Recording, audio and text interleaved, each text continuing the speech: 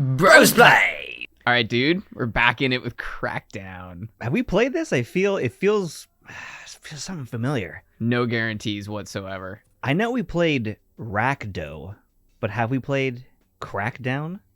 Crackdawn? Rackdow. Don Croc? Crockdown. You're fucking me up here, bro. Okay. Oh, and now we swore in the first minute. Yeah. Say goodbye to Susan's money. Here's your sync, ladies and gentlemen. I hope you enjoy it. Oh, well. That's how much that'll be good confidence we enough. have in you, that you're synchronized with us. You guys like seeing the sausage made, don't you? So there's this expression. It's very interesting to me. If you don't... Okay, sorry. I'll just wait for the police to go by. Oh, that's actually the fire department. Timing. Yeah. I now recognize the difference between the sirens because I live close enough to all of them. Are you? I'm Hawaiian, bro. You can't Don't you know? appropriate that. Don't you know I'm Hawaiian, bro? Yeah. Not that Hawaii is separate from America. You're just not American, and you're not allowed to pretend to be American.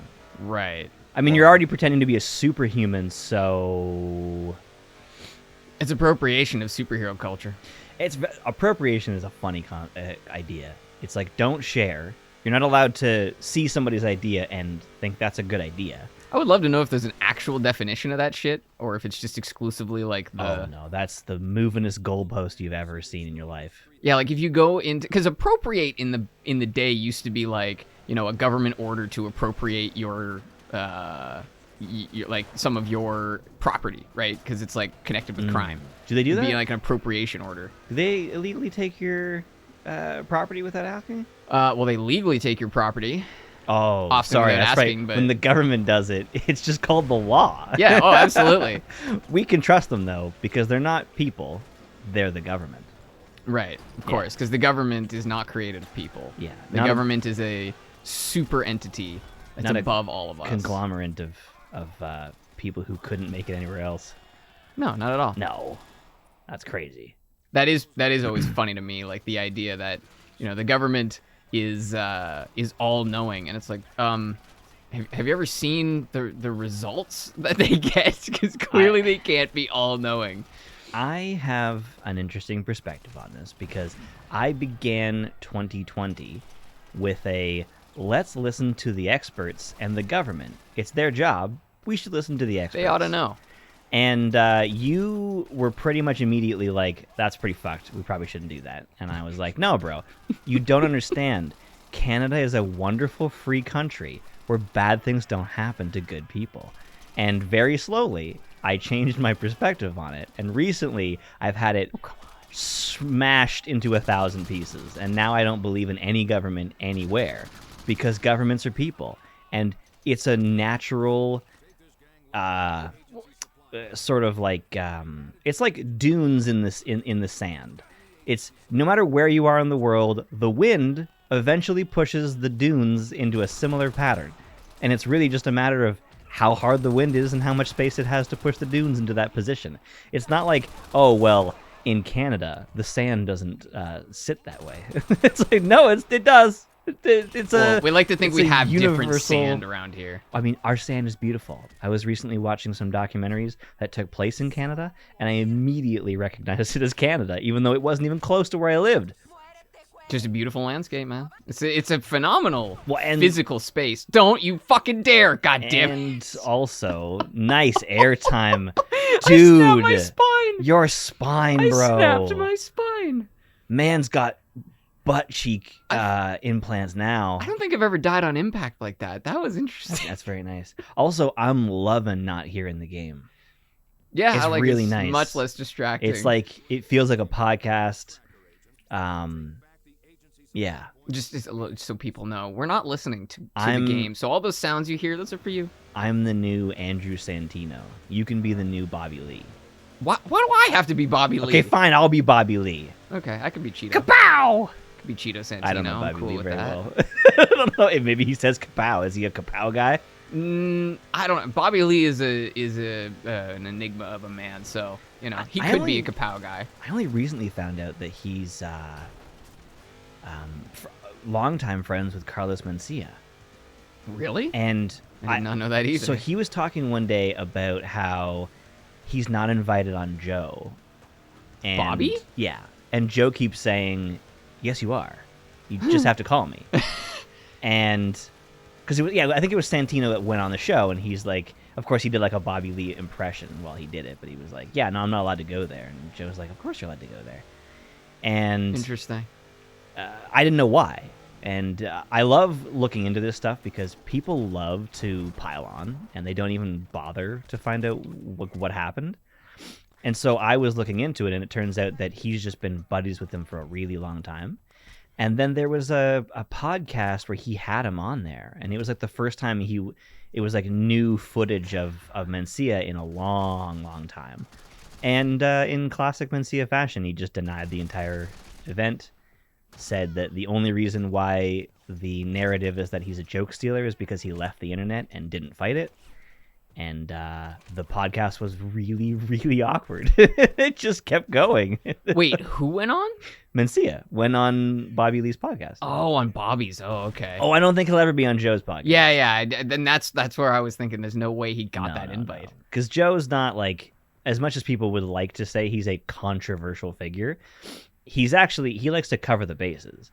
But there's no reason for him to have somebody on there just to fight with them. He doesn't bring them on just to argue. No, anytime he argues with people, it's usually like I didn't realize it was going to go this direction kind of argument. Yeah, and then a lot of the times, like this, I watched it recently. I don't know. I hate that I do this, but I watched a like top 10 times that the Joe Rogan Experience got like heavy. I did watch that too. And the Candace Owens one was really interesting because it's actually how, like, that is an example of how most people are, and very few people ever call them out the way that Joe did, where she flippantly said, we just shouldn't be worrying about the environment.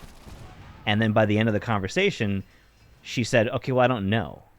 And he goes, okay, so why did you say it like, we just don't need to worry about that, when the truth was, you just don't know if we need to worry. That's a very different thing to say. Oh, yeah. Really different.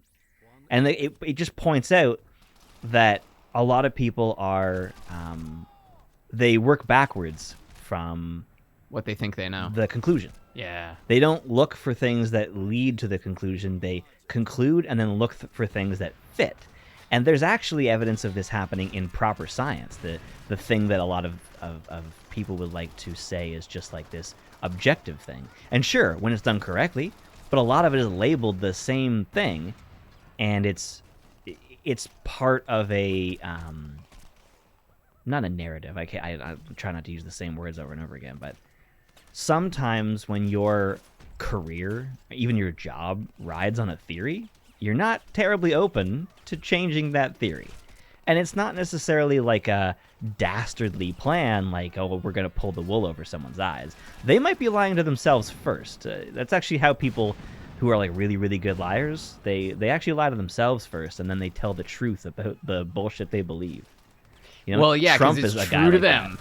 Trump has streamlined the lying to himself pipeline. It's truly incredible to watch real time as his ideas change. And he says like different things in the same conversation. Well, that is one thing I always find funny about that is like people always want to say like Trump lies about everything. And it's like, well, he is a liar. Like, Yeah. yes, he's certainly a liar, but that doesn't mean that every single word is a lie. Like, you can still pick and choose, right? Especially because people are always like, oh, he definitely lied about this. And it's like, you know, he lied about all those other things that are provable. Why not just go after that shit? Yeah. Like, why do you have to lie about someone who's a liar? Like, that always seems so strange to me. Yeah, and it's like that happens with law enforcement where they go like, he is guilty of something else we couldn't get him on, so we're going to lie about this to get him this time. Yeah, and that's always a dangerous game, man. Yeah, That well, idea as of soon we as know you're guilty, so we're going to just fucking railroad you. Like, ugh. once you're behaving the same way to take someone down, it starts to be blurry. It's like that Batman line about like killing a killer doesn't change the amount of killers in the world. Which only makes sense the first time. Yeah, unless you kill like 3 killers. And then you've all of a got sudden less. the math works out, bitch. Yeah. But I've been doing that recently where rather than like if someone brings up something that I'm pretty sure is not true, but I don't know for sure, I don't say you're wrong and here's why. I just start asking questions. Because when people don't really know what they're talking about, they squirm. And that squirming, even if they won't admit that they're wrong, is hilarious. Yeah. I love watching people go, yeah. Okay, well. Oh my god. That was a crazy That throw. was a crazy throw. All right, let's see. But, yeah, like sometimes all you have to do is ask a question. And just go like, where did you get that? Like, where did that come from? And they're like, Who said that? my uncle said it. Yeah. Yeah. Say like, some shit. As the internet historian classically said, the story about Joseph Kony is his name? Yep, I think so. The story about him dying is not credible, as you can't source "my mom said" as an example of it being true. Yeah, that's where in 2012, right before Kony 2012, the event, the Take Back the Night event or whatever it was called, some young lady made a video where she's like, "Yeah, my mom said he already died," and that video got millions of views, and a lot of people just walked away with that attitude. That's what happened. And I have a long lineage of the story there. So lineage is the wrong word, but in 2000, and I'm trying to like gauge where I was because I wasn't paying attention to the years when I was a kid, but now it's important to mention what year it was. Context-wise, yeah. So I would have been grade 8. Yeah. So 2005-ish. I got selected to go to this presentation where this woman told us about how child soldiers are created in Africa. Right. And the process of forcing children to take drugs like cocaine or even mixes of like dirty cocaine. They do something called brown, which is Is that a real thing? I don't know if it's real, but I'm pretty sure that's Lord what of War told me it was real. Yeah, exactly. Yeah, So exactly. it must be real. But it's like gunpowder and cocaine, and it's kind of like when you cut cocaine with porcelain or baby powder. Porcelain. I've never heard that. Oh yeah. Oh, Yeah, Jesus. Yeah. Not only is cocaine dangerous to be inhaled because the actual cocaine slowly deteriorates your nose, it's all the other bullshit that gets cut into it that is also cutting into your nose. Yeah. Well, and that's the thing. Like, the fucking government. We were just talking about the government around here. They had a whole commercial saying, like, do you know where your drugs come from? Or, like, make sure you know where your drugs come from. And I'm like, you motherfuckers made it illegal to know where they come from. Yeah, like, fucking tell me that shit. Corner the plug and demand the information on where the drugs come from. Yeah, where are my drugs coming from? Know where your drugs come Swear from. to me! Piss off. And where was I going with this? I don't want to get off track. What was the Kony? Yeah, so they give them drugs. They often blindfold them and then tell them to just fire the weapon they're holding. And when they take their mask off, they've killed their parents. And then they convince them, because they're young, that your parents were actually holding you back, and we're here to elevate you. We're here to make you the man that you should always have been. And the truth is, they're pawns. They're patsies, essentially. These are the guys they send in wave after wave, and then talk about victories as though it didn't come at the cost of the children. It's really fucked up. As Buddy in Lord of War says, like a bullet from a 9-year-old is the same stopping power as a bullet from an adult, right? Yeah, sad fact. So I was very aware of this because I'd watched an actual presentation by a person who went there and understood it at like a core level. And so 2012 comes along, and the Kony 2012 thing starts. And my buddy Dane goes, "Bro, did you know there's child soldiers in Africa? It's 2012." And I'm like, "Yeah." And they've been there for a long time. Yeah, this is old. This is old not news. Yeah. Not that it makes it any less fucked up that I already know about it. But it's great that it was educational. It was a bit of a failure in its, like, in the objective of the program was not really met. Although I guess making him famous was the point. So they did kind of succeed in that way. But it failed because the main guy had a mental breakdown and was filmed naked, yelling and screaming and punching the air and shit like that. And then, of course, what I heard at the time was that he was masturbating. And that was a common thing to say at the time, even though it was never seen, never reported on, never filmed. Really? Because that's what I heard too, and I had And no idea that was just rumors. He's like, I was naked on the street. It's not that far away to assume that I was also touching myself. Yeah. I'm not confused about why people say that. Yeah, I'm not mad. That He's makes like, sense. yeah, whatever, I get it. So, Where there's smoke. yeah. So, and what's funny, my girlfriend was watching Veronica Mars, which was like filmed in the early 2000s, and Invisible Children, the organization that did Coney 2012, is in that show. No way. Because they were working for 10 years before Coney 2012 on that project and similar projects. And in any fashion, really any way that they could get the idea out there, they would do it. Yeah, so it's a very complicated subject, and the funny part is that the government of Uganda was like, we do not need a slick video to remind us what is happening here. And it's like, well, then maybe fucking get on it then. Like, yeah, well, that's one thing I always find is tough is that I don't think there are solutions that exclusively involve outside help. You can never go in somewhere. You have to radically change the core of the country. Mm-hmm. Like, exactly. Poor, uneducated people are very easy to manipulate. And there have been terrible civil wars in well-developed, well-educated countries. So, of course, there's going to be terrible conflicts that last forever in places that are filled with resources that we want. Because why would we go ahead and help somebody and then go, okay, I'm willing to pay a fair price for the things you have in your country, when we could say, yeah, we'll come in there. Don't worry about it. I mean, don't look at what we're doing. We're just, we might be scooping things up, but hey, we're here to help. And that does help. Like that's part of the problem is that anywhere that's resource rich is going to be corruption rich. That's just kind of a fact. But it always frustrates me when the idea is let's just pump millions of dollars into a country in the hope that 3% of it will make it to the people who are affected. Yeah. Right? Because there's certain countries where you can't get anything across the border without bribing 10 people and probably losing 80% of the money that comes in, right? Yeah. So to me, it always seems like let's. I mean, I'm a sustainability guy, you know that. I don't like doing something once unless I know how to do it 100 more times, which is maybe not always necessary, but... Well, I struggled with that for a long time. I was always after sustainability when it came to like the things that I wanted to do, like video games and TV shows and stuff. That's why I got out of movies for a long time, because they were like an unsustainable thing. Like form of entertainment? Yeah. Whoa. Oh yeah, that's hardcore. Yeah, like you discover lucky number 11, and then 90 minutes later it's done, and then that's it. Like, good luck finding something else like that movie. Whereas if you find Supernatural, you've got 22 fucking seasons of the same dudes going, "Oh, it's crazy! Like, that was werewolves."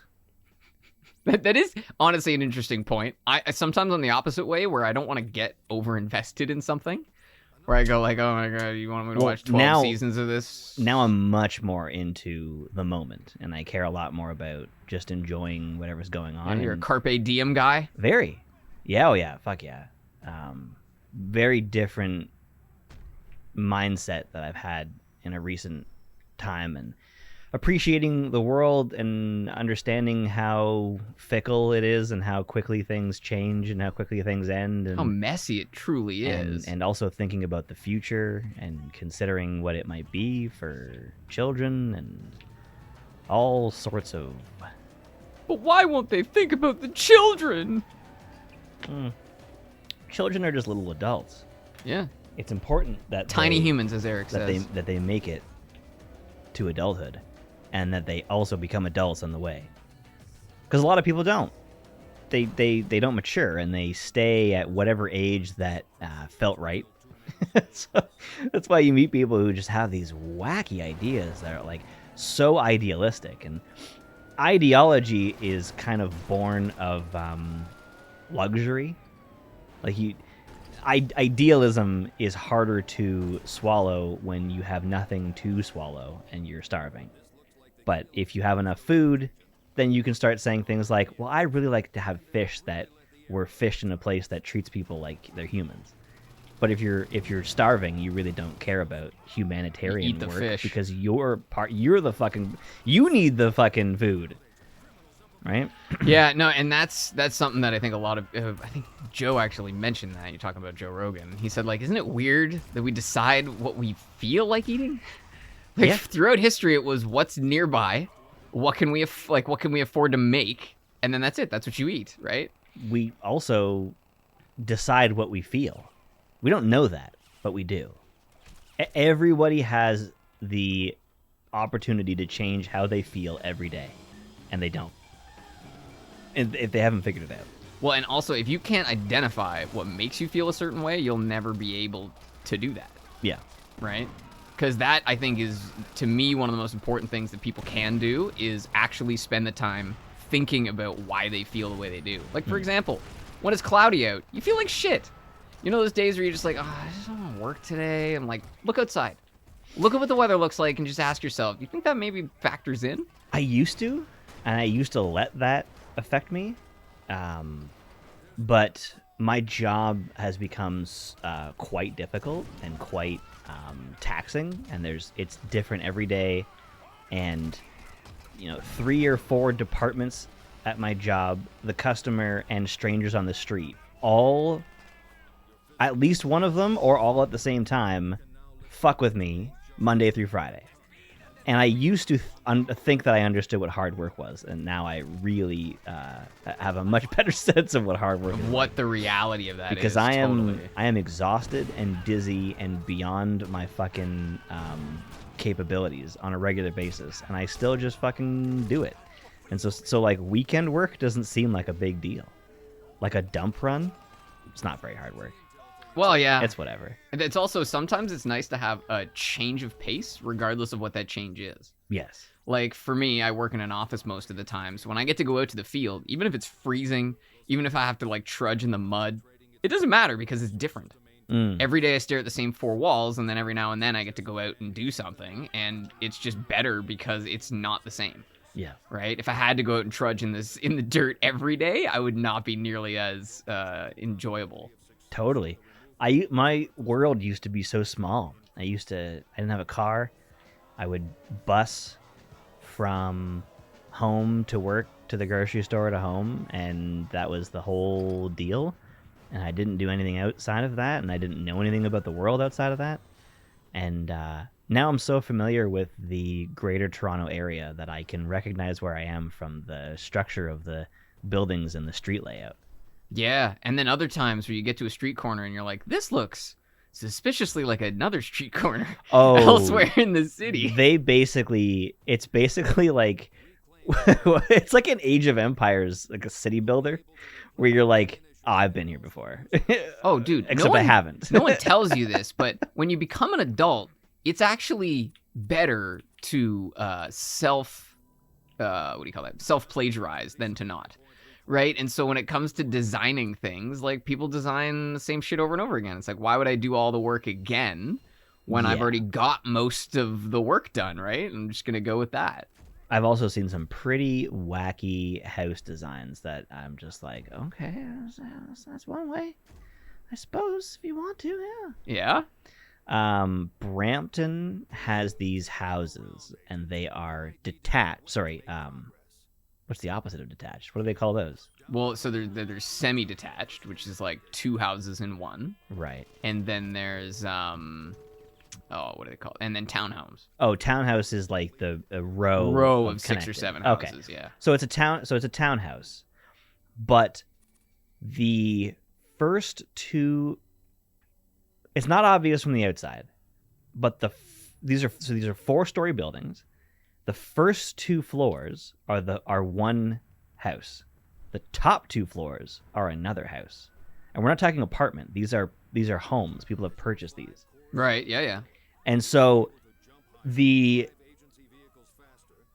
customer's home is on the top. So their first floor is the 3rd floor.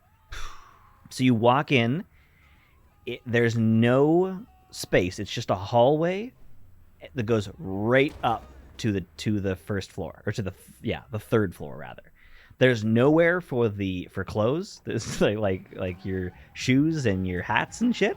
Not that stops people, but then you go to the third floor, and then you have another floor to go to get to the technically second floor of their place. There's no outlet at the front of their house, and the closest outlet is up on the third floor. Because their house doesn't start for 3 floors. Oh God, okay. So in order to get power, I had to go behind the house. It's in the middle of a townhouse stretch, so it's like 100, 200 feet, something like that, to get to the back of their house where the garage is. So their garage is 200 feet from. And there's no indoor connection? There is no indoor connection to the house. Yeah. Do you have a backyard at all, or is it like lead to a laneway? No. The back is the parking. Well, it's the way you travel to get to your parking spot / garage. Right. But it's 200. It's effectively 200 feet away, even though it's right beside you, and you could throw a tennis ball to a person at your parking spot from your house. You can't actually get there. Yeah. So and then in front of their house is like parallel parking spaces. So they don't have parking even close to where they live effectively. And the house probably costs the same as any other house in Toronto. Yeah, $600,000-$700,000. And that's what never makes sense to me. And then the other factor that always freaks me out is there's some houses I've seen where the back of one house is about 4 feet away from the back of the house opposite it. And there's like there's AC units and crap in there. And I'm just thinking, how do you get in there to do anything, related to repairs or, this is a very short-sighted design plan, right? It's even worse in condos because they are set up not to bring things in and out, which is just wacky because you have to move in. Like you have to get your couches up there. Hundreds of people have to move in. Hundreds of people have to get their stuff up there. And there are places that have one elevator. There are places that have no elevator. A buddy of mine did a 3-story condo, no elevator. And every door blocked by a fob. So you have to borrow the customer's fob and then somehow block the doors open. And I'm pretty sure you're legally not allowed to block open fire exits. I don't think you're allowed to open those doors because they're also supposed to work as a barrier, as a, what's it called? Security. Well, that too, but like a fire thing. Oh, they're fire doors. Yeah. Yeah. So you can't block them open. So you have to have help just open and close doors for you all day, which is a real problem. Well, that's what I find is interesting is, when you do that type of installation work, you almost feel like you have to ask all those questions in advance. I do. Well, no, not you. Whoever prices it. Oh, 100%. Right? Because it's just like these things add to the cost. Yeah, but no one's going to ask a question about a thing they don't have to deal with. So, of course not. So we do. So I call before I get there. And I just want to make sure you have the elevator booked. And then half the time it's like, oh, was I supposed to do that? There's an elevator booking system? You moved in there, right? You didn't just walk in with a briefcase. You probably have some furniture, so you probably know you have to book the elevator. And you don't know the fashion in which I'm bringing my stuff, but you got to know that it's not. I'm not carrying it up there in an egg cartridge. Yeah. Well, I guess for some people, and believe me, this happens a lot in my business, some people have this idea that things can be willed into existence, right? That you just desire it to be there. You close your eyes, you wrinkle your nose, and it appears before you. Some people believe that they can change reality by writing it down differently. Right. Or by being unreasonable and expecting it to be done. Yeah. Well, and also, designing something is theory. Installing it is reality. It's practice. It works or it don't. So, in theory, if you wanted to design something that goes up against a bulkhead that's 12 inches deep, It's not 12 inches deep at every single part of the bulkhead. And you probably know that in your heart, but if you don't care about it, you just write 12 inches. And then you go, great, send it out at 12 inches. And then I put it up against it, and I ask the customer, do you want it to stick out, or do you want me to cut it down so that it looks like it was supposed to be 1 inch short? And are you cool with the fact that you paid for this either way? Yeah, and you're losing that inch, and you paid for it. And they always respond reasonably, and they never ask why this wasn't considered earlier. Yeah, not once. And then I have to dance around the truth, which is that it's not my department, and this section is not their department, and that's pretty much how it goes. Well, I know dealing with the general public sucks. It can. My wife does that all the time, and I always tell her, you are a better person than me, because I can't deal with the general public. It's the fun stories to tell are the really big, extreme, stupid ones, but most of the day is not like that. Most of my weeks are fine. Most of the time, the worst thing that people do is just not move their vehicle before I get there. It's like it's really harmless, like stuff that kind of pisses you off when it happens to you every single day. But you got to stop and remember that when you start saying things like "fuck the customer," it's time for you to move on. Move on to a different business, yeah. And so I'm still pretty happy with my work. I don't always love it, but I certainly like it, and I never hate it. And that's the best that I've had in my life so far. So I'm pretty fortunate to have what I have. So I try to keep it to myself. If I've never actually told a customer how I feel when it's negative. Yeah. I'll go out of my way to thank someone for something that they've done, but I'm not going to say, hey, I just want you to know it doesn't bother me that you didn't bother. I just keep it to myself. That's fine. That's whatever. Yeah. It's not a victory you're ever going to win. The one thing I do find is worse than that, worse than dealing with the general public, is dealing with some of the public agencies. Oh. We're doing a project, and they're looking to convert some farm fields into some residential developments. And so we have to deal with the Regional Conservation Authority. And so we're telling them, hey, we're just going out there. We're going to drill some holes, really small holes. Like, we're not making big excavations. We're not doing anything crazy. And, like, we just want to confirm that we don't need, like, permit proof from you. Like, can we just get your, like, approval? And they go, yeah, no, you're right. You won't need a permit, provided you can provide us all these documents. And I'm like, okay, kind of sounds like a permit if I got to give you documents. But all right, sounds good. I'll give you the documents. And they go, okay, so you're gonna what? You're gonna go out there with a machine and dig some really tiny holes? And I'm like, yep, some really tiny holes. Like, we're literally talking 8 inches across. Small holes. Mm-hmm. And they said, okay, great. So when you're done, you're gonna reseed it, right? And I'm like, reseed it? What do you mean, like, put seed down? And they're like, yeah, just put down some grass seed to just, so that the area is restored. And I thought, okay, fine, some grass seed, no big deal. Go and look on Home Hardware, and I'm like, okay, how much is grass seed gonna cost? And they go, yeah, no, here's some recommended seed mixtures. Oh, no. Oh, God. Okay, so I'm looking at these seed mixtures. And there's only one supplier in Ontario that offers seed mixtures like this. And we're talking $150 to $250 a kilo to buy this stuff. Yeah. And so I'm thinking, all right, we've got to come to a solution here. So I decided we're just going to put together a really fluffy looking letter that sounds really good, but doesn't really say much, and hope that they accept it. But at the end of the day, they have all the power. Like, they have no need to negotiate or work with you. Like, it's crazy. So something I learned the hard way slowly is, which is a great song title. I like that. The hard way slowly. The hard way slowly. Don't take that from me. It's mine.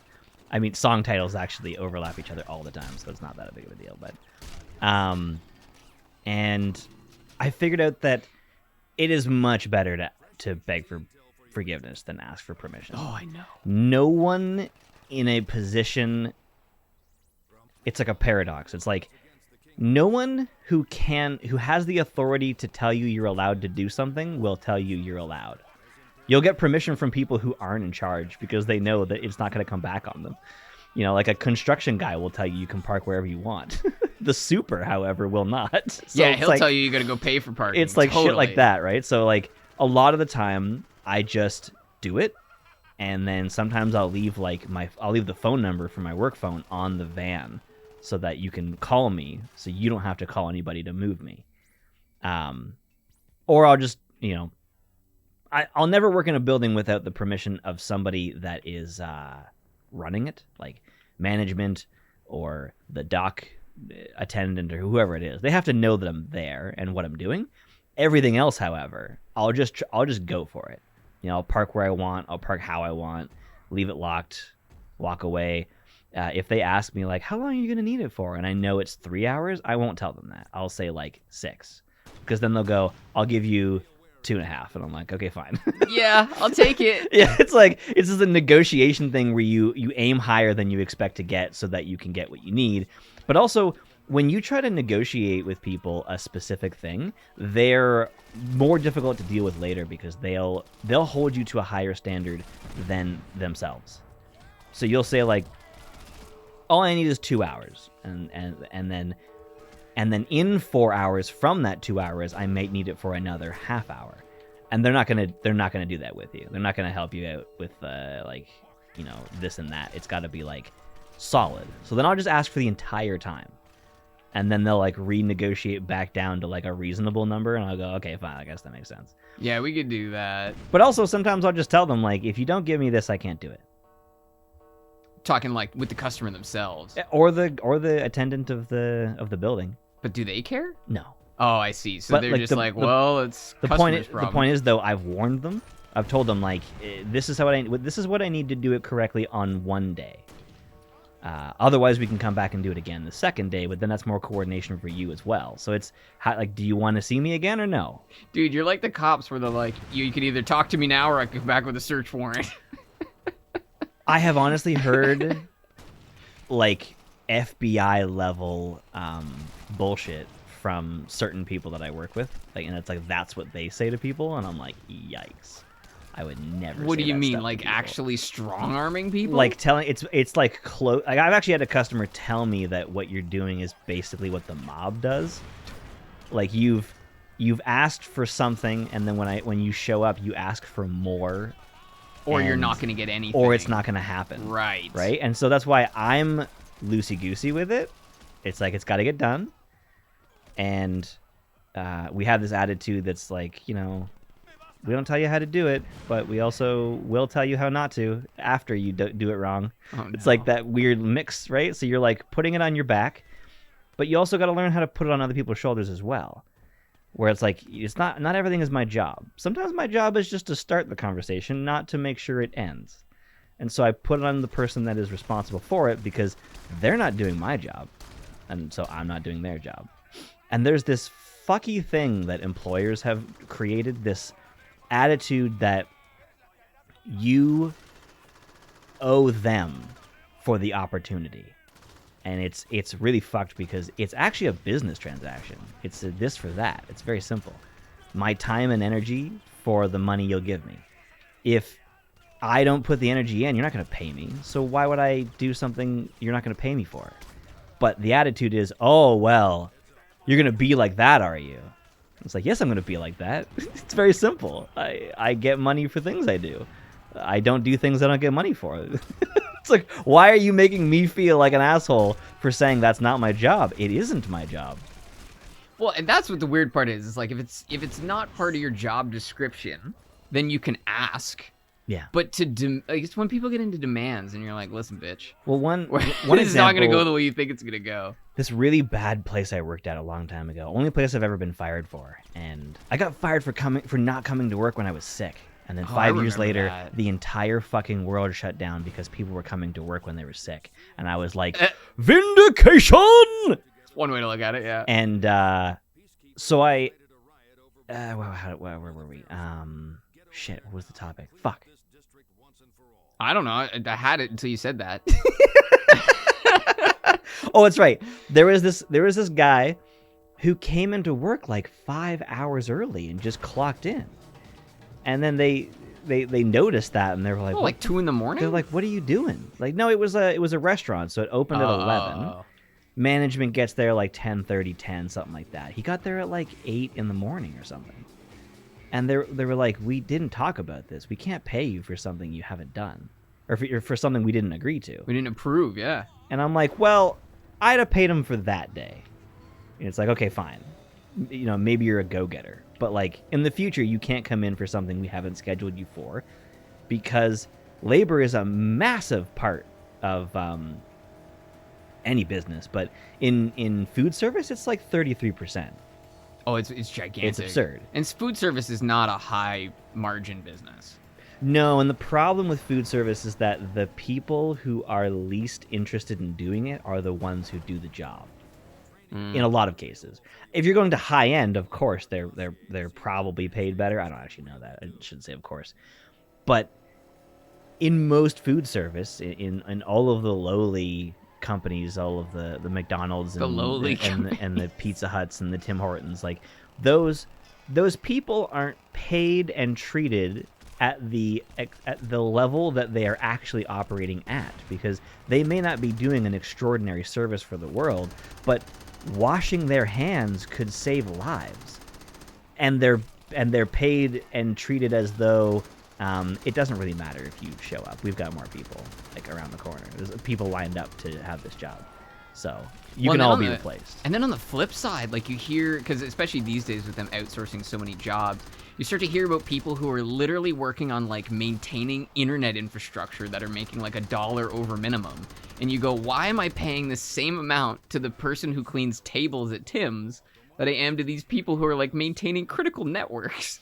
And that's the real issue with minimum wage workers, is that they are in a position to not see things clearly because they want to make more money, but they don't understand that if your minimum and the minimum goes up, the whole system moves up with it, and now you're still the bottom of the tide. It doesn't mean that your ship is going to be higher than the other ships. The whole fucking thing goes up together. Yeah, a rising tide raises all boats, but it also consumes land. Yes. Right? People don't think about it that way. But the bottom of the boats is always relative to where the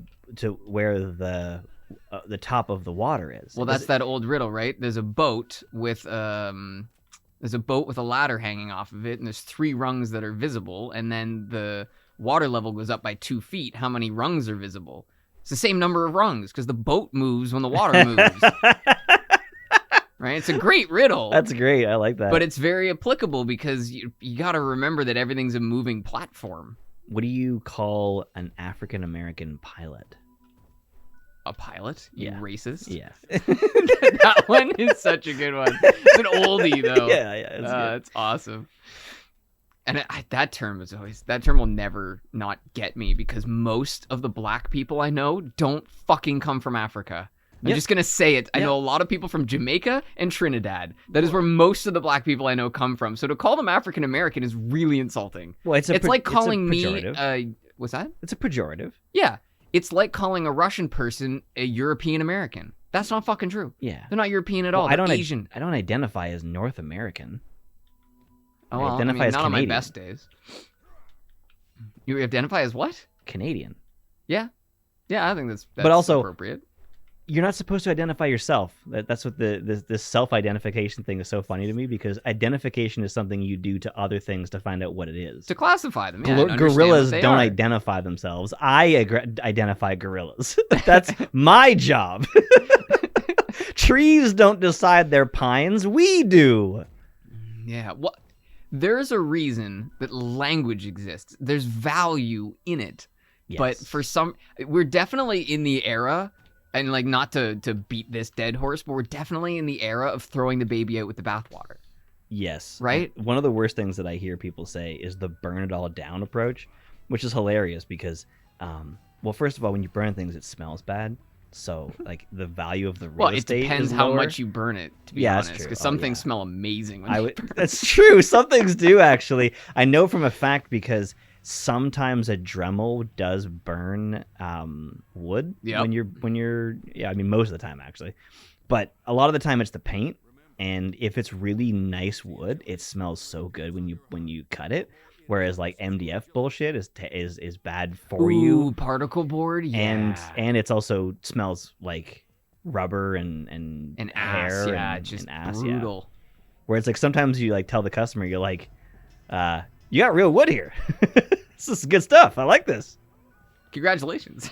Yeah. But this is really funny. I've been thinking about this for a while, and I think there's a bit of a miscommunication in the identity politics argument that's going on back and forth for a long time now. They're acting like their gender is their identity rather than being a part. Because that's not the first thing that I would want someone to know. Yeah, hi, I'm Derek, and I have sex with women. Like, Right. That's a really awkward thing to say. And also, we don't accept any other sexual preference as part of the foot you lead with. You imagine going to city council and saying, "Hi, my name's Mitch. I'm really into tubby ladies.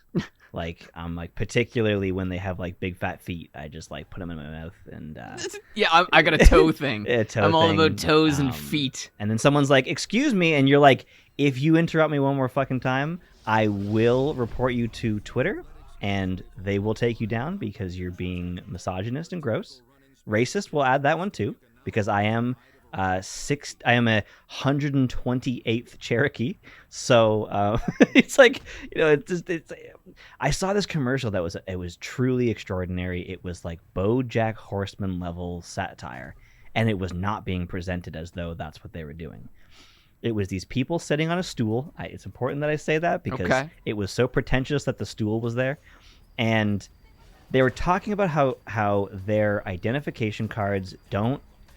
Their government ID doesn't accurately display who they are as a person because it doesn't show their gender identity. Right, and their preferred name. And that now a card finally does. And I'm like, what fucking card could you be talking about? It was a credit card, brother. Yeah. It was a credit card. They, and I hate this word, literally sold your identity back to you and made you feel like they were liberating you in some way. And they did it at 20% interest. Yeah, if you're lucky, it's probably more like 22% these days. My goodness, it is so wacky to pull out your credit card and think, oppression. What's going on with this fucking car over here? There is definitely some shenanigans there. Yeah. But yeah, I've seen a few of those. Just like you don't see that that's weird. You don't see that it's unusual that someone's like, oh, you'll give us money if we support your identity? Woke brands don't care about you. They don't care about me either. And I'm a white straight male with 2 blue eyes. They care about 2 blue eyes? Just 2? Yeah, well they fluctuate, but I mean, look how offensive that is to the right there. I can't believe that pizza is an Italian color. It's in Italian colors, brother. It's a pizza-rific, brother. It's supposed to be black and white so that I decide it's Italian. The whole world in black and white. Yeah. But what I have noticed, though, is the really awkward posturing of so many things. And, like, I know we're just hammering on government this time, but there was a rebate that you would get for hotel accommodations, or, like, really any accommodations if you did a vacation in 2022. It was all part of, trying to get everything back on track after the great shutdown. The back to super normal event. Exactly. And so they were offering like a rebate on a certain amount that you could claim. And then they said in the description, this will provide like $130 million worth of support to families. And I'm thinking that is such bullshit because this is all optional vacation spending. You're giving people money back for optional vacations. How are you supporting families? They shouldn't be going on vacations they can't afford. Yeah. Right? Like the way they frame it is really, really dishonest. So some people will say that that language is currently under attack. I would argue that language is never not under attack. Yeah. It's kind of like the truth is always under attack and democracy is always under attack. I think the current attack might be stronger than of course, than but it's been in the past. It's always a thing where people who know need to help the people who don't and educate them in a productive way. And the worst way to teach people is by yelling at them, pointing at them, and telling them that they're wrong. And that happens too often.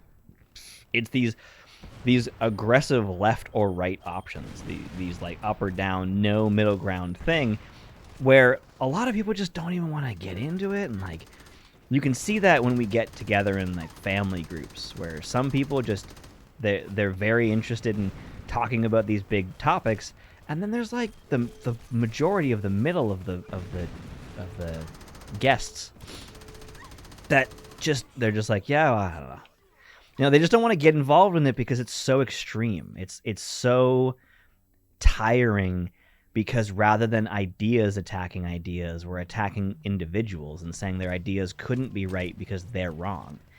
It's an exhausting merry-go-round of political bullshit, and politics is supposed to like stay with the politics and not like infect every other element. Like, well, you're right that it's also become like, it used to be that there would be disagreements and, potentially heated disagreements. And there's definitely been a new regime of just straight up attack. Mm-hmm. Just straight up like, you're a piece of shit because you don't think this specific thing, fill in the blank on the rest there. God damn this bitch. Take cover, bro. I'm trying. So many guns. There's no person, I mean, I can make a lot of jokes about this, but there's no person that can be summed up with one story, let alone one sentence, let alone one fucking word. So labeling a person is not, it's a great tactic to shut them down, but it's not smart. It's not like a smart thing to do. It's the quick reaction. It's the punch in the face reaction that you want to do when the victory is supposed to be keeping your composure. The victory is supposed to be in not sinking to the level that you believe somebody else is, rather than saying, well, the only way to beat him is to... Yeah, the only way to beat him is to join him. Here's the thing, though. I got a clever one for you. And you can't put this in a song either. This is mine. If you can't beat him, join him. And if you can't join him, beat him. With a stick. Sorry. Is that not part of it? Well, I guess you have to credit you now in the song. But yeah, it's the knee-jerk reaction is too easy, and it works because enough people won't ask the serious questions. For example, I don't want to go too far into this because it's pretty fucked up, and we've already been pretty dark about this whole episode, but I had buried my head in the sand about the massacre in Nova Scotia in 2020. Yeah, 2020. 2020, yeah. Middle of the pandemic, worst shooting massacre in Canadian history in the same fucking month. I don't actually know if it was the worst in Canadian history, but that's it was at the time. It was 22. Really? 22 deaths. Oh, okay, that maybe is the worst. Holy yeah, shit. Horrific. And the RCMP, who are supposed to actually be the better police than the other police. They're national police. They're supposed to be. Deal. They're supposed to be the top shit police. They knew what was happening. They had 2 incidents of people specifically saying who it was, because this was not a shooting that goes the normal... it's terrible to say, the normal shooting method of going to a public place and unloading on a crowd. This person premeditated it and specifically targeted people in his neighborhood while also killing random people he met on the way. But it was quite targeted. These were neighbors. These were people he knew. He had petty grievances with them. One was a family, a mother, father, daughter, killed all 3 of them in their living room over not selling their property to him for $18,000 Canadian. Like, just petty nonsense. They knew about this and who he was because 2 people called to say specifically what had happened. They had heard the one woman killed on the phone with the 911 operator, and they still didn't put his name out, and they tweeted that they were looking into a firearms complaint. An active shooter running around a small community dressed as an RCMP officer with an RCMP vehicle was killing people one by one, and they tweeted to watch out for a firearms complaint. Can you imagine if the first tower got hit and NYC put out a tweet that said we're currently investigating a vehicle collision with a structure complaint?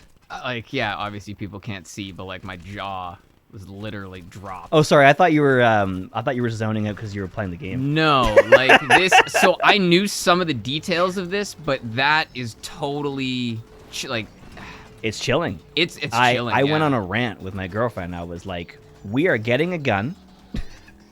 We are going to... Which you're legally not entitled to own. We are going to find the one fucking gun that Trudy doesn't take from us, and we're going to learn how to use it, and it's going to be part of, it's going to be part of the security system of our home.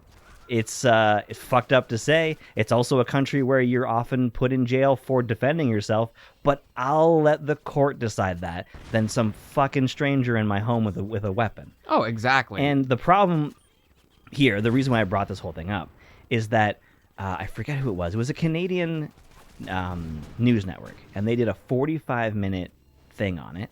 I didn't watch the whole thing. I should say How that. dare you? Well, I watched a lot of stuff about it yesterday, and I was getting really riled up about it. And I couldn't find any long-form content other than one person making a video about it, and I don't even think he's Canadian. The only person that covered it effectively was not even from this country. And when this Canadian news network did it, they, in the first couple of minutes, said that the RCMP told people to stay in their homes, and they breezed past what they did to do that. They said it like it was a part of like a 3-part sentence. You know, it's like, this was happening in this place, so the police told people to get it home, and then this is how it happened. That was it. And it's because they made that piece right when it happened. They hadn't had enough time to do the information, to get the right information, and instead they just went with the official story, which was that the police warned people. And even worse than that, this tweet also said that he was still in the place that he started this in. He traveled a long way in this 13-hour rampage he went on, where he killed 22 people. Was this CBC by chance? It was one of the Canadian ones. I forget. Okay. I don't want to like put anyone on blast. But yeah, but it is a known problem here that like half of our media is government funded, so they kind of have no choice but to hold water for the official story. Oh, that's terrible. I didn't know that. Yeah, and that's where it gets really dark, especially when you start, like, you hear that politicians will offer to give additional funding to these organizations, knowing that they have unions with literally thousands, if not tens of thousands of voters in those unions. That's right? fucked. I was walking around, I was pacing last night going, like, we're not safe. We're not safe anywhere. We're never going to be safe unless we are the first responders. That's the only way that we can keep ourselves and our families safe, is by calling the police is a thing you do to mop up at the end. They're the ones who show up with pencils and papers and go, yeah, boy, this is pretty crazy. Yep. Because basically agreed. what happened at the end of that report on what happened and how it was held, or how it was put together, is that the recommendation is that they increase the training for the RCMP. The problem isn't the individuals. They're the heroes. The ones on the street, one of the people that died was an RCMP officer. They're not the problem. It's management. It's always management. Don't boycott The Mandalorian because they treated Gina, what's her name? Carano. Don't boycott the show because they treated her poorly. Talk about the fucking people who made the decision. That's the problem. The Disney executives. Thousands of people worked on that show, as do on every fucking project. You can't be like, oh, fucking, now I don't like Bill Burr because he's on the show that treated her wrong. It's like, no, they're separate things. Management gets the credit for the positive things. They should also take the blame for the negative things. Yeah. Yeah, no, it's a mouthful, and it's one of those things that a lot of people realized very suddenly and very starkly when COVID hit, is that You have this idea that like, oh yeah, no, the mayor knows what he's doing. All these people, they've got a plan, and yeah. See, I've been making this joke that's not really a joke for a while now. I'm really excited to see that we're returning to a world of regular corruption. Yeah. Because the good old-fashioned corruption where you just skim a little off the top I miss that. Your road gets fixed before everyone else's road. Like, that's good, good old-fashioned corruption that I can at least tolerate. What I can't tolerate is I'm going to shut down your business and call you a piece of shit if you don't like it. Corruption. And the really wacky thing is we started the demi, the old pandemic. Oh, the demi. I've never heard that. I've heard somebody the other day call it coronavirus, and I was like, whoa, I haven't heard the full name in a long time. Yeah. We learned it was called coronavirus and then immediately called it COVID-19, and then that was it. We just never went back to like I never heard the full name. Well, for I think years. part of the problem is that the coronavirus is a common type of cold. Yes, novel coronavirus is like the thing. Yeah, there you go. Normal. There's like 17,000 of them. That was sure. an exaggeration. It's more like 17. But where was I going with that? Well, you were talking about someone called it the full coronavirus. Oh, right. And no, I forgot where I was going with that. That's fine. There's plenty of time to talk about the demi. Oh my god, yeah, the demi. You make it sound like it's like a half emergency, right? It's the semi-demi. It's just like it's kind of a problem. It's like a woo. Yeah. Well, and what's weird for me is like obviously you and I are not religious explicitly. I think once upon a time you had some water splashed on you. Like I think you were. We aren't baptized. We aren't religious for supernatural deities, but every human being is religious for something. Well, right. I'm religious for video games and game design and treating people like they want to play the games that you're selling them. Yeah, and I'm more religious for systems. I love programming. I love math. I love things that I like fit. math too. I love things that I was never go good at together. math, and now my job is math, and I love it. I love that. Like, at first, so I actually don't know what it's called. Which system of measurement uses inches? Imperial. Okay. So we use imperial because you work with wood, because when you use millimeters, the numbers are just absurd. It's like 2,300 millimeters. It's like it's like these. It's not divided into easily understandable spaces, whereas 1/8 of an inch and 1/4 inch and 1/16, they're all like, they're really easy to eyeball. It's easy to look at something and go, that's 1/4 inch. And okay, yeah, that makes sense. Yeah. So at first it was very confusing to me because 2 years ago I had actually forgotten. I had so little experience in it. I'd forgotten that an inch was divided into 1/16. I had to like count on the measuring tape and go, oh, okay, that's interesting. But it's great because it's kind of like with time where it's divided into 60 because it's enough space for each minute to also have 60. You can divide it into halves, fours, and then you can multiply it into 24, which is roughly the amount of time in a day. Like all those numbers, they're married to each other and they work really well to each other. So yeah, it was very confusing for me at first. And then I started to figure out that there are some strategies that you can use to better understand the connections between the inch measurements. So like a confusing one would be like going from 3/8 to 5/8 or something. But an 1/8 or a 1/4 is, wait, how do I do that? As you can see, it's still confusing. No, so yeah, we're also fucking an hour into yelling about things. So I also I do a lot of caveman stuff, like Dad taught us. Like, oh yeah, caveman math. If you're hanging, so I'll come back to this anyway. 1/8, if you divide things into 1/8, it can be easier to incrementally move up the mental measuring tape and then divide it back down into numbers that make more sense. So 3/4 is 6/8. Yeah. That makes sense because we don't say 6/8 and it sounds wrong to me, so I know that's not the right number. So 3/4 is, yes, 3/4 is correct. 6/8. 6/8. So half of 3/8 is 3/16. Very simple. All you're doing is multiplying the denominator by what is happening. You're doing the reverse to the denominator that's happening to the numerator. That makes any sense. It does. It's So you're- very hard to focus on that at the same time, Yes, yes. but I'm So- pretty sure it makes sense. Well, you're my litmus test here to make sure that I'm not saying this wrong. So it's like, what's half of 3/16? Fuck, I don't know. It's 3/32. It's very simple.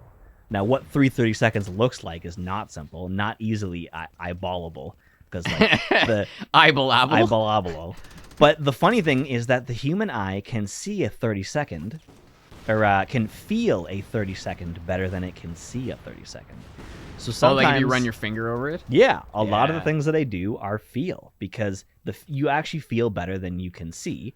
And then it's not about what it is, it's about what it looks like. And so it's a visual thing where rather than finding the exact angle that you need to see to make sure if it looks like it's lined up, you've done that with your fingers better than you could with your eyes. So your eyes aren't going to aren't going to see a 30-second unless you're talking about like a crack. You might see that, but Well, any change in contrast you will see better than just a steady, like, oh no, you son of a bitch. Oh my god. that is a full-on Spider-Man 2 moment. Like, oops. Actually. Oh, But yeah, my God. with the caveman thing. So like, let's say for example, you're hanging cabinets, and with cabinets, you have to find where the studs are before you put the cabinets up, unless you're using pump stands or pump jacks or whatever they're called.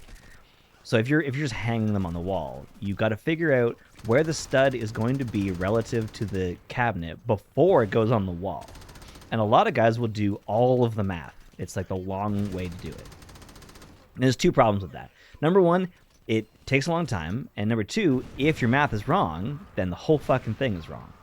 So a thing I was taught by a guy is you put a line on the wall that is plumb. And you draw it with a level. And then you measure over to where you've confirmed your studs. And then you write on the top of your cabinet, lined up with how it's going up. You write on it how many inches over exactly. And then you measure from the top panel. Wait, sorry, yeah. So you take your measuring tape and you put it on top. And you look at that, and then you bring the measuring tape in by the amount that you need to go, and then write that new number. And now that's the number you want to put on the inside of your cabinet. Oh, okay. Way simpler. Yeah, It's the caveman style of doing it, but it's more consistent because you're dealing with it the way it will be instead of the way your theory believes it will be. It sounds complex when you lay it out, but then when you go to do it in practice, it's just like whoop whoop whoop. and Oh, you're it's done. like, yeah, it's like, yeah. And on other things, like let's say you wanted to put something into a space that is really inconsistent. Like let's say any fucking wall or floor in any country in the world is completely out of level. Even Well, if it'd be it's- impractical to have perfectly square and flat surfaces everywhere. You But just even- can't do that. even if it starts that way, it's not going to stay that way. Oh, moisture and time and Floors settle, walls change, things expand and contract, the fucking barometric pressure, the temperature, the fucking house settles. There's all sorts of things that can happen. So the complicated way to do something, if you were measuring like a large piece that fills between the cabinet and the wall, you'd measure it at like, if you want to do it accurately, you'd have to measure it at like 10 different spots. Some guys will do 3 different spots or 5 different spots, but the wall moves more than that many times. It's like if you imagine like a gradient or right. a curve, let's say, for example. How many points is on a curve? Like every single What could be spot 10 million is- points. Yeah, exactly. Yeah. So you do this technique called scribing, which is when you put the thing next to the thing, you use a piece that's the same size or a scribing tool, set it at the same size you need, run it down the wall, and you've now drawn the exact shape of the wall onto the piece of wood. Now, if you cut it correctly, it will slide in there like a fucking glove, and it is so satisfying. It is so crazy to me that some people don't want to do that. They don't want to put the work in. But man, when But when it you slide saves that you thing work. in- That's what always bugs me is the people who are like, well, that's too hard. But it's actually easier. But also, you lose efficiency when you do things a second time. So it's better to spend an extra 5 minutes thinking and doing correctly than it is to rush in. I used to work with well, I shouldn't say they weren't all dinguses, but the boss was a real dingus. And he didn't look at thinking time as appropriate. It was wasted time. So if we stood there and talked about it for 5 minutes, that's 5 minutes wasted. But we're potentially saving half an hour, 25 minutes, an hour, depending on how. Like, there were plenty of times I worked in this warehouse where we would move the same product 4 times in the same day because we just didn't think about it. We just went face first into the problem, and then we ended up spending 2-3 times as much energy as we should have. Yeah, well, that's one thing that frustrates me a lot is you were saying earlier about sort of the theory versus the practice, and I'll have these conversations where I do a lot of drilling work, and so usually drilling is determined by how deep you have to go below a structure. So for a typical house foundation, I'll want to be 5 feet below it. If I'm gonna have like a larger building, 10 feet, maybe 20 feet, depending on the size of the building and how they're gonna build it. But some people will say shit to me like, okay, yeah, let's do this for 10 meters deep. Like, okay, I write 10 meters down, and they go, you know what? Make it 11. And I always snicker to myself because we drill in feet. So you drill a 35-foot hole. That's just the way it works. And then when you're done drilling 35 feet, you advance a sample 18 inches, which makes exactly 11 meters. So if you tell me 10 meters, it's going to be 11. If you tell me 11 meters, it's going to be 11.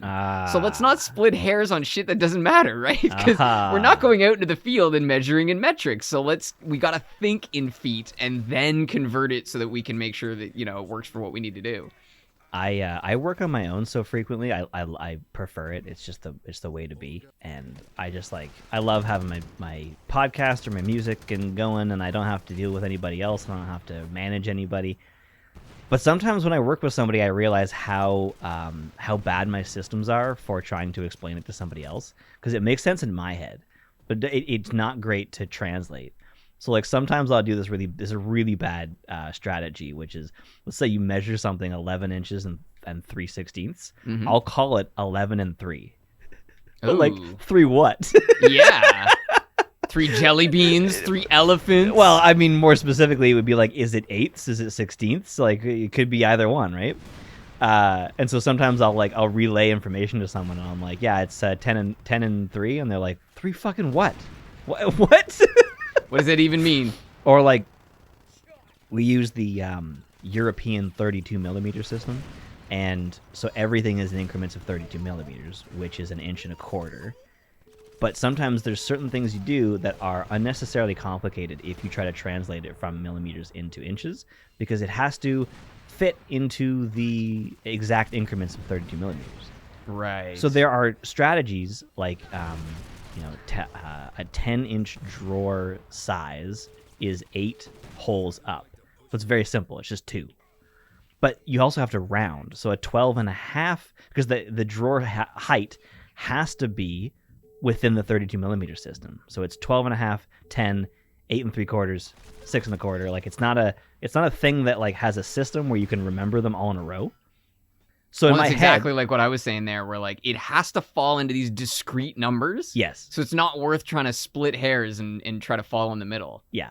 So for me, it's I'll say 10 is 8, but which is 10 is 8, which is 7 for the shelf. And it's like, that makes no fucking sense to another person to tell them, like, yeah, that's not communicable. Just put it 7 up. Like 10 is 8, which is 7. I'm like, what? Where'd you get all that information? It's like, don't worry about it. Man. I mean, you can measure it. That's the fun thing, is that when it comes to a project of any style, there's always more than one way to do it. There are plenty of wrong ways and there are plenty of right ways, but there's no one.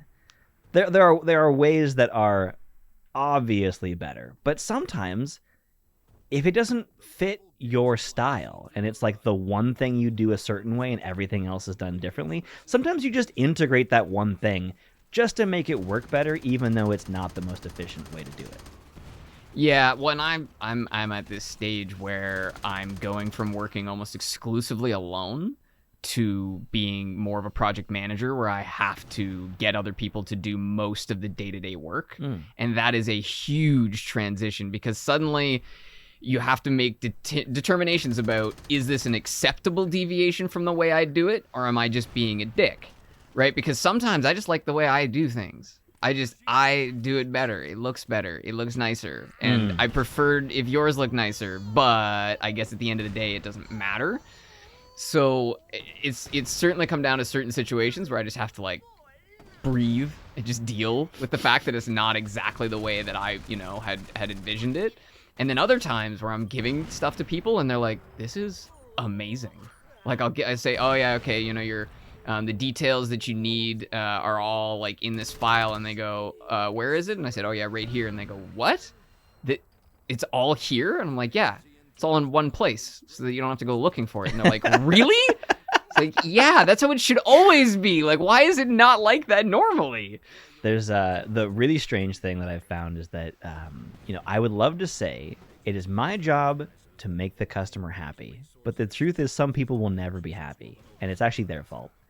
And it's because their expectations are absurd, and they are so comfortable with discomfort, I suppose. It's easier for them to live in a world where everyone sucks and they hate them all and everything's wrong and all that kind of bullshit, right? So it's not really my job to make you happy. It's my job to do things the way you've agreed to and the way that the way that we have discussed. And so sometimes you work on something really hard and you keep looking at this one thing and you're like, they're going to say something about that for sure. It's going to be a problem. I should put the effort into it. And they don't even notice it. And it's some other fucking thing that you never would have thought a person would even give a shit about, that they're like, no, that's the hill I'm willing to die on. And you're like, fuck, I worked so hard on this other thing. The other day I did this, shit that the company doesn't even officially do. It was I had extra time. I couldn't get to the next job for a while. I was like, that's fine. I'll put some effort in. I'll learn a thing, because you always got to be thinking about the next fucking thing, right? Don't just get good at the job at the current company you're at. Try to also learn skills that will help you somewhere else. In the case where let's say like the entire world gets shut down and suddenly your job isn't essential. Things like that. If that were ever to happen. I mean, it's just crazy to think that would happen Ridiculousness. over and over again, but consistently for years. So I was working on it. I was doing this trim that was not really something we offer, and I was like, oh man, this fucking looks great. I love it. And the customer walks in and goes, it's good. It's not what we wanted. Oh. She's like, it's not she's like, it's not your fault. Like, the whole thing isn't what we wanted. It doesn't do what we thought it was going to do. And I'm like, oh. Sign here. Yeah, then you're SOL. But like, she wasn't asking me to do anything. She was just expressing her she was just upset about something a different person in the company had done. Oh. Nothing to do with me. Didn't even know about it until 3-4 hours after I was started. Something you couldn't fix. But I don't regret that at all, because I learned a couple of things about how I can do stuff with the material we normally carry. I know a solution for the future, instead of just being like, because it's the last thing you want to do when someone asks you a question and they're paying you, is you go, yeah, I guess I could try. So now in the future, I know I can do that thing, and so it really doesn't bother me. But it's just like a nice reminder where sometimes you see this one thing and it's like a mistake, whether it was you or your equipment, and you're like, it is going to take 10 times as much time to fix that as it is to just leave it and hope that they don't care about it, but they're probably going to care about it. And then they walk in and they see it directly. They're like, oh, that's interesting. And then they just move on. And you're like, fuck. Yeah. I spent like an hour being yeah. worried about that. Like, it's but in the end, I would rather say, it's like that situation where, yeah, maybe there's a thing you have to tell somebody, and you really don't want to have to tell them about it. And you're like, you're nervous about it for a long time. And then you finally get the courage to do it. And then they go, that's not a big deal. It's like you made the decision, you went for it, you were willing to accept the consequences, and then things went well for you. It's a great feeling. Whereas choosing not to say it will kind of stay with you forever, because just because that person doesn't know about that thing that day doesn't mean they won't eventually Find out. discover. Yeah. Also, the headlights are coming through. Yeah. I mean, the light is one thing, but the actual headlights themselves is creepy. We should say this is actually the first time we've played this version of Crackdown on the show, because it's actually emulated on the Xbox Series S. Right, so it is a slightly different iteration. Yeah. And so it's actually higher res as far, like, I shouldn't say actually. My anecdotal mind is looking at it thinking this is a higher resolution.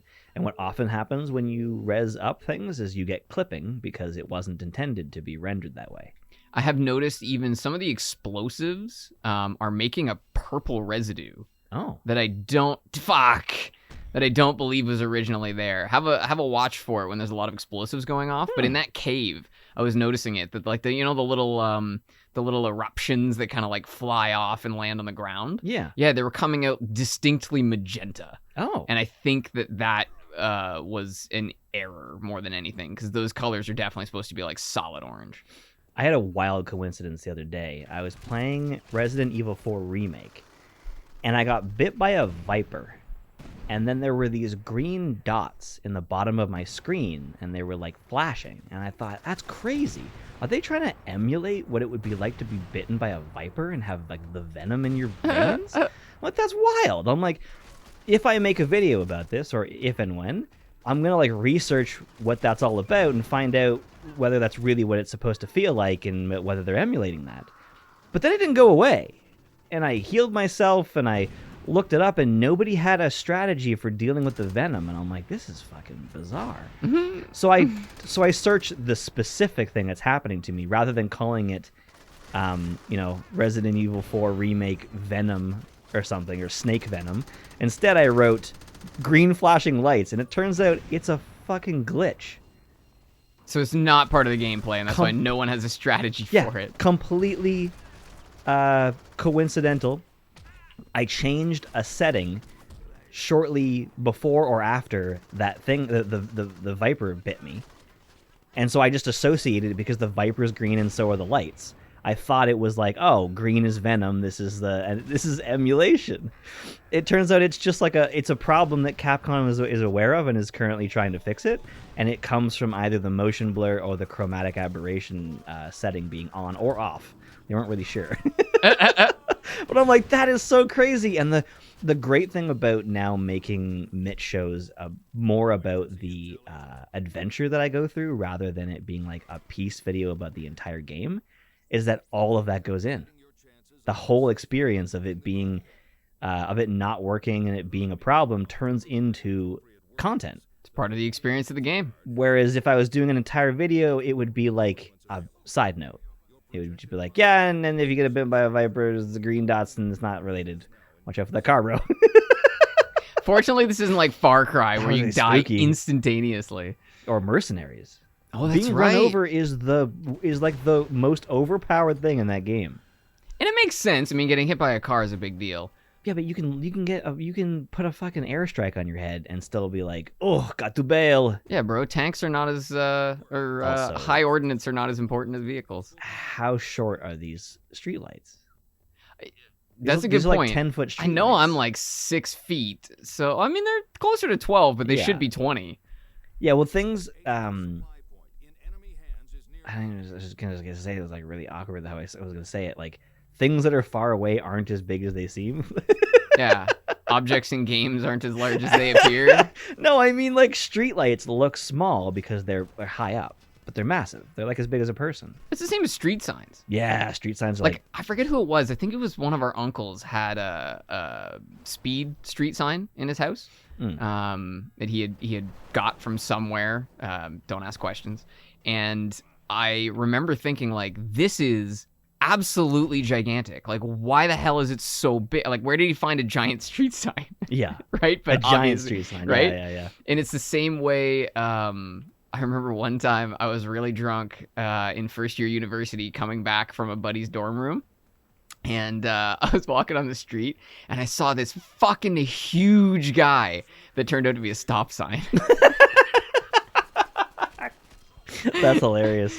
Well, because they're like 8.5 feet high, right? And they got a Yep. big noggin on them. So yeah, no, that one that was not as funny the night of as it was the next day. It's like my demon elf ghost story from when I was a little kid. Demon elf ghost. I Yeah, don't know if I remember so- this exact story. I was born in 92. This would have happened. It's the same year the demon elf was born. I would have been the same. I would have been the age relative. I would have been the first X-Men movie with Hugh Jackman was new. So whatever age I was relative to that, I don't know when that came out, but I was young. We were at a party. It was just the kids in the basement of the parents who were partying. We were watching X-Men. We all fall asleep. I wake up. Movie is ended, and oh god, the cat's meowing. And I just hear him. Yeah, he's like a siren that gets slowly louder and louder if you don't pay attention to him. I've now fallen asleep. I wake up, and everyone else is sleeping. The movie is over, and this was on a DVD or a VHS, so the screen is now blue of the TV. It's the only thing that is illuminating the basement, and no one is around except for me that's awake. I look over at the stairs to the basement, and the sides of the stairs aren't covered. So I see a person, it looks like they're sitting on the staircase, and their foot is tapping. All I can see is their foot. It's a socked foot. It's important to the story that it's a socked foot. And their toe is tapping, and I'm looking at it, and I'm like, it's kind of weird that someone would be sitting there because they're not talking to anybody, and the basement is dark, so I don't know what they're doing sitting there. People didn't have phones back then either, so it wasn't even like they were there like doing something in the dark. And then suddenly this socked foot curls like all the way back to the ankle. And I'm like, oh, because I'm like 10 or something, and there's no one around to confirm this information. And then it moves. It was a cat's tail. So it like the witch's foot in Like in the Wizard witch's of foot. Oz. Yep. All the way back, like it turned, like it was like Oogie Boogie.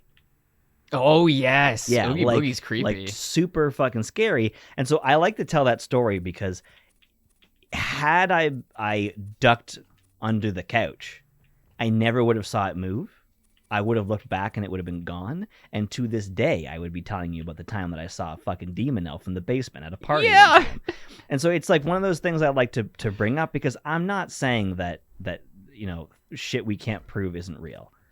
What? Except for that guy. That guy wasn't real. Yeah, the demon clown. No, that person disappeared. He did. He vanished a little bit. He may not have been real. But I do think a lot of ghost stories are things like that. They just didn't have enough information to understand it.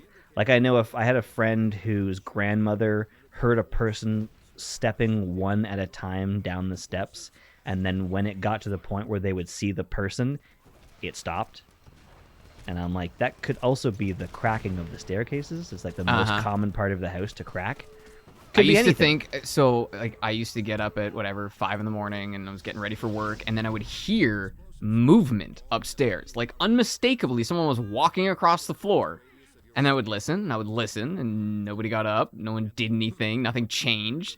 So I'm kind of like freaking out. And then after, I don't know, a month and a half of this happening every morning, I realized that's what our house did when it got warmer in the morning. Yeah, and at the same time every day, offset by a couple minutes because the sun comes up slightly off. Exactly. Right? Exactly. Yeah. It's crazy. This ghost is completely in sync with our geosynchronous orbit.